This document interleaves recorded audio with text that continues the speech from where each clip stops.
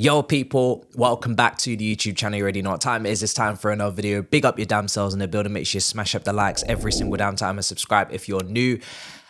I am not a caveman, okay? I am not in my caveman phase. I am merely growing out the beard, the facial hair, and we are using an incredible product to do so.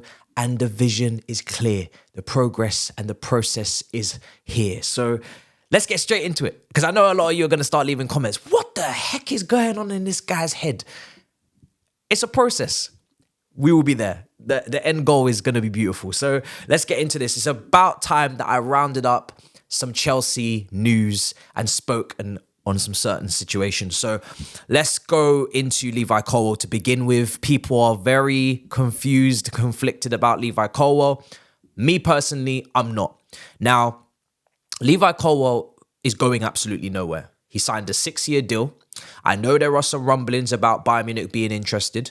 And for me, that's them putting pressure on Jonathan Tah of Germany, of Bayer Leverkusen, to sign for them. And his contract is running down. It's a lot cheaper to do that deal.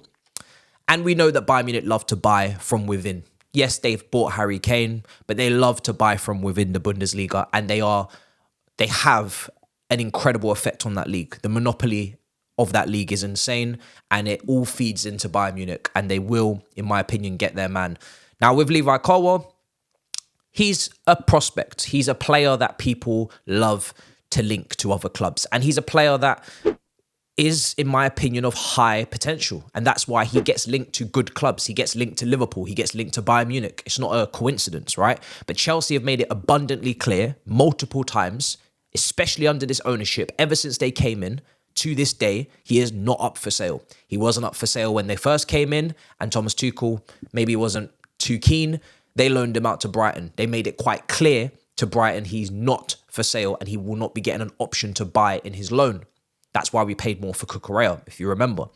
Then he comes back from Brighton. There was murmurs and rumblings about him going to Brighton. He was never going to Brighton under this ownership. In terms of this club, they are not allowing him to go. And it's the same situation here. They won't let him leave, but it's understood Levi Colwill will be open to joining. Now, this is what I have an issue with. This journalist, Petit Fleurs, yeah, I'm lactose intolerant. I don't eat yogurt. I'm not taking this in.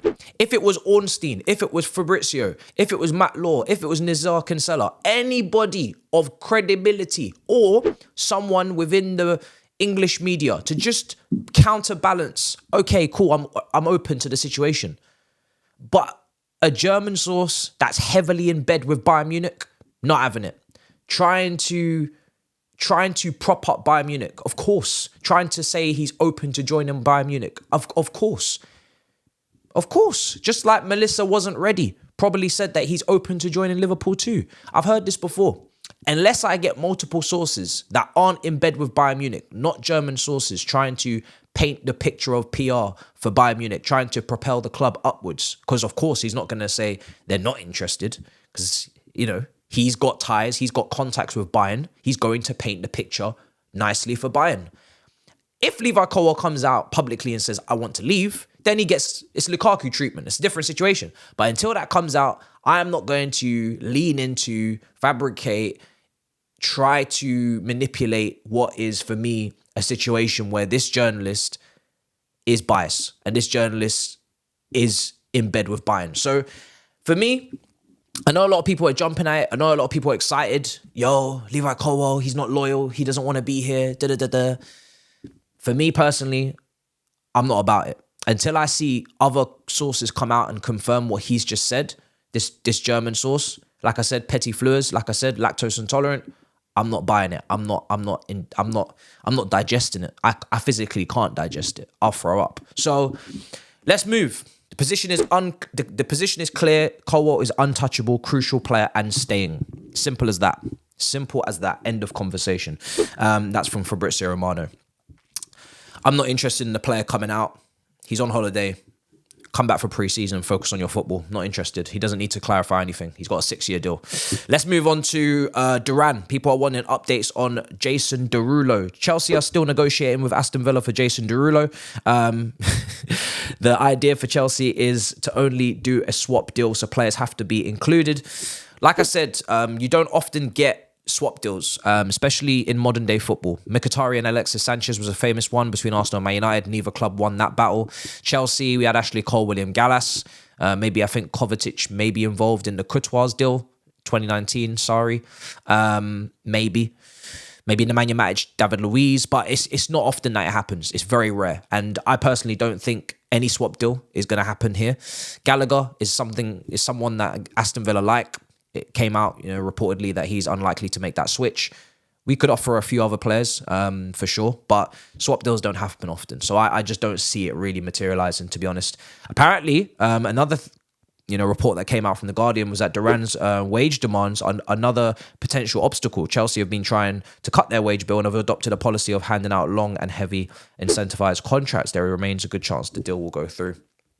I don't know if that's from Jacob Steinberg or if that's from someone credible, but I'm not going to comment too much more if we're not clear, because now they want to hide behind The Guardian instead of just saying who the name is of the report. We know he's had an absolute shitstorm in recent weeks, whether it's the Ten Hag situation, whether it's just Chelsea in general, reporting wise. So yeah, at this point, we're just kind of leaving it, but we'll see what happens.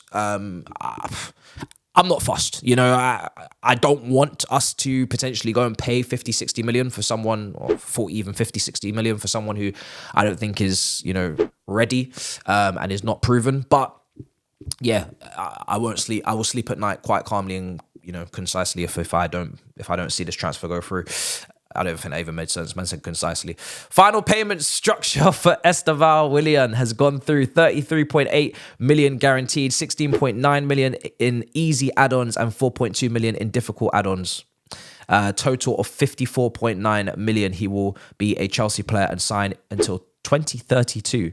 The plan is first team. So obviously 2025 he arrives, goes straight into the first team. We heard that before. Now, the reason why this is a conversation again is because what happens with Madueke. Now, personally, it feels very much like Madueke's path and Madueke's future has already been decided before he's even kicked a ball for next season. Now, I don't particularly like players not getting their credit on merit if they perform, if they potentially explode. I would like to see that rewarded with game time, responsibility, and importance in the squad. It feels like regardless of what he does next season, he's going to be moved on, especially if we sign Olise, specifically if we sign Olise.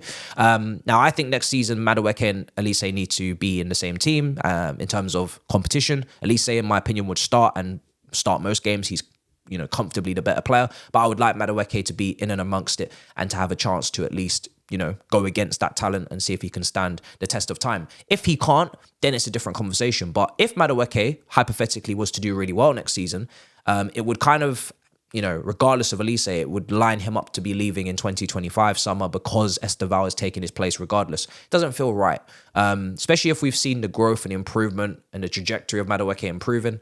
It would be nice to see that rewarded. But yeah, it's going to be an interesting situation. Estêvão coming in. It's a lot of money. It's a lot of money for a young kid. Let's just see how that goes. People have compared him to Neymar. People have compared him to crazy, big Brazilian time names. I want to see him in the Brazilian national team in the next couple of years. I want to see how that goes because Ronaldinho is cussing out that whole country for fun right now. And anybody who's an attacker is getting shot down with no response, no sign of life. Like, it's crazy. Your idol, your GOAT is telling you, one of the GOATs, one of the 5 players that can come out and speak like this, probably Pele, rest in peace, Ronaldinho, Neymar, Ronaldo, R9, right? When he comes out, people hear, people listen. And this guy just come out and cuss the whole thing. It's crazy. He's not wrong. It's got Rafinha on the right wing. So, if Estêvão is what he's cracked up to be, should be getting that Brazil team with Endrick pretty quickly and swiftly and doing some damage. That's what his age mate did. And Chelsea believe he's a bigger talent than Endrick, according to reports. So, yeah, let's see how that goes. But it's going to be interesting. That right wing, part of me is already kind of given up on potentially seeing Angelo's, Amari Hutchinson's, whoever else there is that could potentially die a painful death at this club, because the right wing is just so stat padded at this point. There's just no way in hell these guys are going to make it. Even if they have good loans, politics dictates they won't be here. So it is what it is, but that is the situation. Let me know how you think and feel about the Mudryk situation, because there's been reported interest from other clubs, Newcastle, a few others. Would you sell Mudryk this summer? Would you wait until next summer? Do you actually just want to naturally see how he does instead of planning to sell him before he's even played next season? Do let me know. So it's going to be interesting on that front, but we'll see. Olise update, because I know people are going to want to ask on this. The main few things that I'm hearing is that Olise's relationship with Joe Shields is really strong. They have maintained a close relationship, and I'm told Joe is really pushing for this deal. Not a surprise, right? We kind of knew that. Joe Shields is really at the epicenter of this transfer. He wasn't in the Mudryk one. He is involved also in the Estêvão one. So I feel like what Joe Shields says kind of goes, at least if it's not him signing off on the dotted line. He is heavily advising the Winstanleys and the Stewarts, and he didn't co-sign Mudryk. I believe that was Christopher Vell. So if that's a Christopher Vell deal, and Joe Shields is now more heavily involved, and it kind of does start to line up and paint a picture. And Olise, yeah, I mean, you know how I feel on Olise. You know my thoughts. He should be at the Euros right now with France playing tonight for Austria, against Austria. But he's not. And he's going to the Olympics instead. And if we do sign Olise, he will be returning a little bit later due to the Olympics. Just bear that in mind. But there is no more progress on that deal. Apparently, we agreed personal terms. I don't really see that as an update, because we agreed personal terms in the summer of 2023. And then we failed the deal on a court case tribunal we were taken to because of the misdealings or the poor handling of our business in terms of a release clause and tapping up the player. So we were always going to agree personal terms with Olise. Olise could agree personal terms with other clubs as well. It's really of no relevance. Are we going to agree a deal with Crystal Palace? Are we going to agree a deal legally with Crystal Palace that they are happy with, that is not going against the game? And once that's done, how quickly will Olise sign, or how quickly or slowly will he wait to kind of consider his options, see if other clubs come in and play clubs against each other, or whatever it takes. So yeah, personal terms, if we have agreed, is not really it's not really groundbreaking, and it's not really important, to be honest. It's Crystal Palace we need to agree with, and that's what I'm waiting for. So yeah, let's see how that all goes. Tyrique George has signed all documents to stay at Chelsea on a long-term contract agreement, sealed as revealed yesterday, which was the day before now at this point. Exclusive story now confirmed. I'm glad to hear that the talent is staying, because I do think Tyrique George is one of those names, along with Achampong, along with, Samuel Smith. I think I mentioned in a few videos back. These are the three players in particular, maybe more, but these are the three players in particular that I would really like to see, not only in pre-season, but also potentially in the Conference League, in the group stages. I don't think they need to go out on loan, to be honest. I think Gilchrist could go out on loan, and I think there's been reports of that, championship loan offers. But I think these three should stay in-house, in particularly these three. And I would like to see them in the Conference League if possible, especially in the group stages. Like I said, I think it would be really good for their development. This is the kind of caliber of player, but also talent that will actually benefit from the Conference League, playing against potential scrubs. No disrespect, respectfully. But this is what I want to see. So glad he signed a new deal. Looking forward to hopefully seeing him this season, potentially for some cameos. And I think it's good news on all fronts because, yeah, he's a very good talent.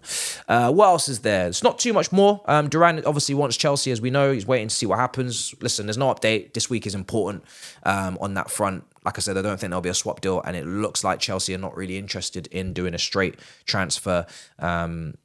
So, yeah, it's one of those ones that might not actually come to anything. We might have to do a video very soon on who is going to be the target after the target's target.